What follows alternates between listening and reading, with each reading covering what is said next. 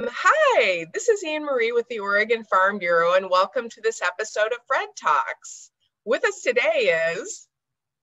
Hi, everyone. My name is Jacque Duyck Jones, a farmer in Washington County and member of Washington County Farm Bureau. So, Jacque, I heard that Washington County Farm Bureau has done some ag education outreach recently. Yes, we are so excited that we were able to use some of the women's budget and for sharing a book with the public elementary schools called How Did That Get in My Lunchbox? We put a Washington County Farm Bureau sticker on it. And with it, we sent a letter inviting teachers to apply for a scholarship to attend the Summer Ag Institute. And we asked them to reach out if they ever needed help integrating ag into their classroom or lessons. So we're very excited for this project. We mailed over 80 books. And so far, we've received a couple emails from educators asking for some input and support. So it's very exciting. Oh, I love that. And why is it important to include agriculture in the classroom?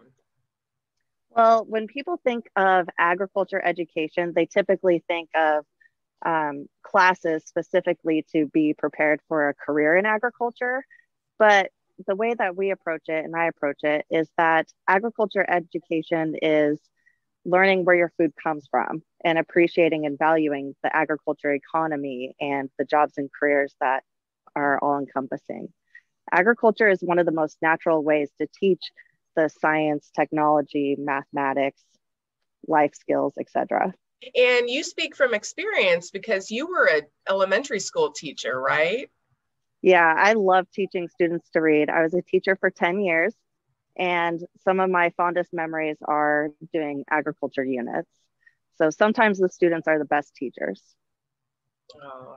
And can we see that book one more time? Sure. How did that get in my lunchbox? I like this book because, well, it is a Farm Bureau, American Farm Bureau Foundation Agriculture Book of the Year. And I like that it includes commodities from all across the country. So there's commodities that aren't grown in Oregon in here, for example, clementines. Another thing that I like is it even talks about carrots. So a teacher could use this book and then talk about how Oregon raises carrot seed and how that's a huge commodity. Yes, a lot of carrot seed is grown in the center of the state. And you're also involved in the Oregon Farm Bureau Ag Education Committee, right? Correct. I've been a part of the Agriculture Education Committee for many years, and I love volunteering at AgFest. And the Agriculture Education Committee also has kits at the Farm Bureau office for teachers to check out or borrow so that they have some additional resources for their units. And there's also some resources on our website, on the Oregon Farm Bureau website and the Ag Education Committee section. Yes. And there you will also find a book called The Bee Man that I believe I've read before. I loved the Fred Talk with Harry. He said that Oregon blackberries are the #1 honey producing commodity in Oregon. I thought that was very interesting. Another cool thing about a lot of these books is often they have recipes in the back that are super fun to try at home. So even if a student learns about agriculture in the classroom, there's always things to bring home. Tell us a little bit about your farm. Yes. So I'm going to take you to another spot. Right now, we're looking at our Catawba blackberry field. And today we are adding root feed through our drip irrigation system. So farmers are taking care of their crops year round. So right now, the blackberries are definitely full bloom and the flowers are starting to the petals are starting to fall off, and you'll see that the drupelets are starting to form. Hold on, let me find one. Right there. Is a druplet like a baby berry? The drupelets are each of the cells that make the blackberry. So blackberries and raspberries have drupelets. Oh, and then obviously because of the flowering, that's why the bees are necessary to pollinate. Absolutely. Just like Harry said, we work with a bee man and bring so many hives per acre. And that helps us have high volume of fruit. Could you tell us a little bit more about the Cottada blackberry and what makes it different and special? Sure. I love being a blackberry farmer. I think it's just so amazing that each cane produces fruit once. So right now the canes growing will be producing the fruit the next year. And like you see the flowers in the fields, each flower is a berry. And the first one that blooms is called the kingberry. The Cottadas are firm and they're sweet and a really great size.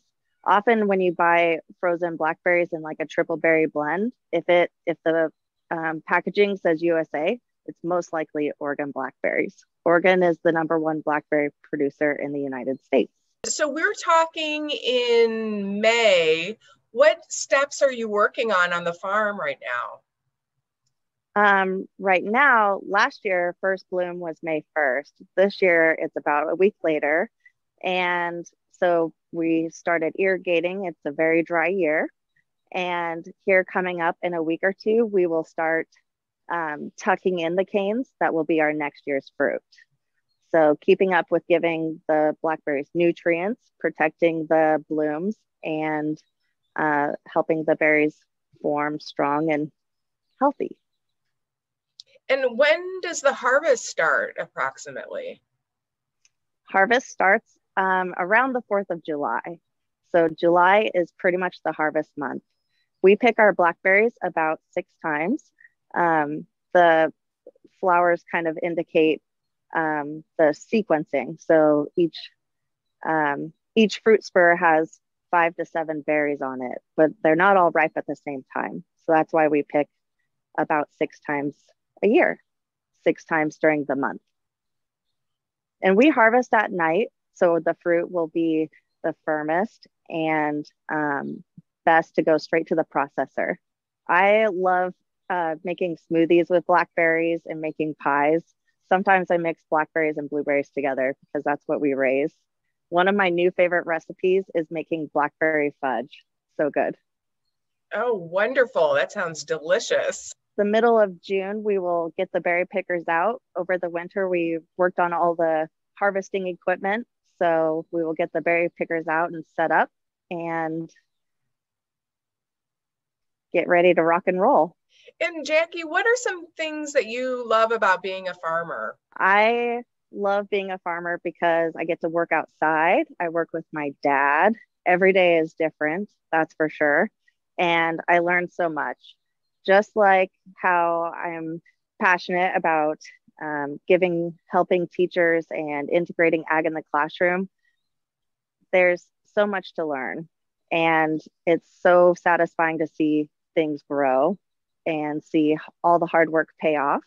And I love being able to share about our blackberries with viewers to know where their food comes from. I think that one of the next books that I'm going to read on Facebook is another American Farm Bureau book. It's called Right This Very Minute. I love this book because it shows how dedicated farmers and ranchers are. And it shows that right this very minute, you don't necessarily get the fruit, but that you take care of everything year round. And again, it shows familiar agriculture like strawberries in Oregon, but again, some fruits and vegetables that are not grown in Oregon at all. Another cool thing with a lot of the American Farm Bureau books is they come with an educator's guide. So like this book, Sleep Tight Farm, super adorable, comes with an educator's guide for, again, doing activities at home or doing the STEM extensions. I have really enjoyed working with Washington County as women's chair, and it's working with the other women on the scholarship committee, and they helped me get the book project out to the schools. It has been really great, and we look forward to continuing to work with educators in our county.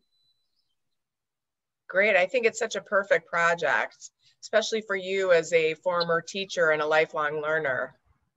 Definitely. Yeah. What do you have there, Jackie? Well, this is my lunchbox. So let's see. bagel, Oregon Marionberry honey, dried apple chips, pear sauce, strawberry jam, and of course some cheese. Delicious. I just thought everyone would like to see a quick grab and go farmer lunch. A lot of good Oregon representation in there too. Yes. So my name is Jacque Duyck Jones, and I am Farm Bureau proud.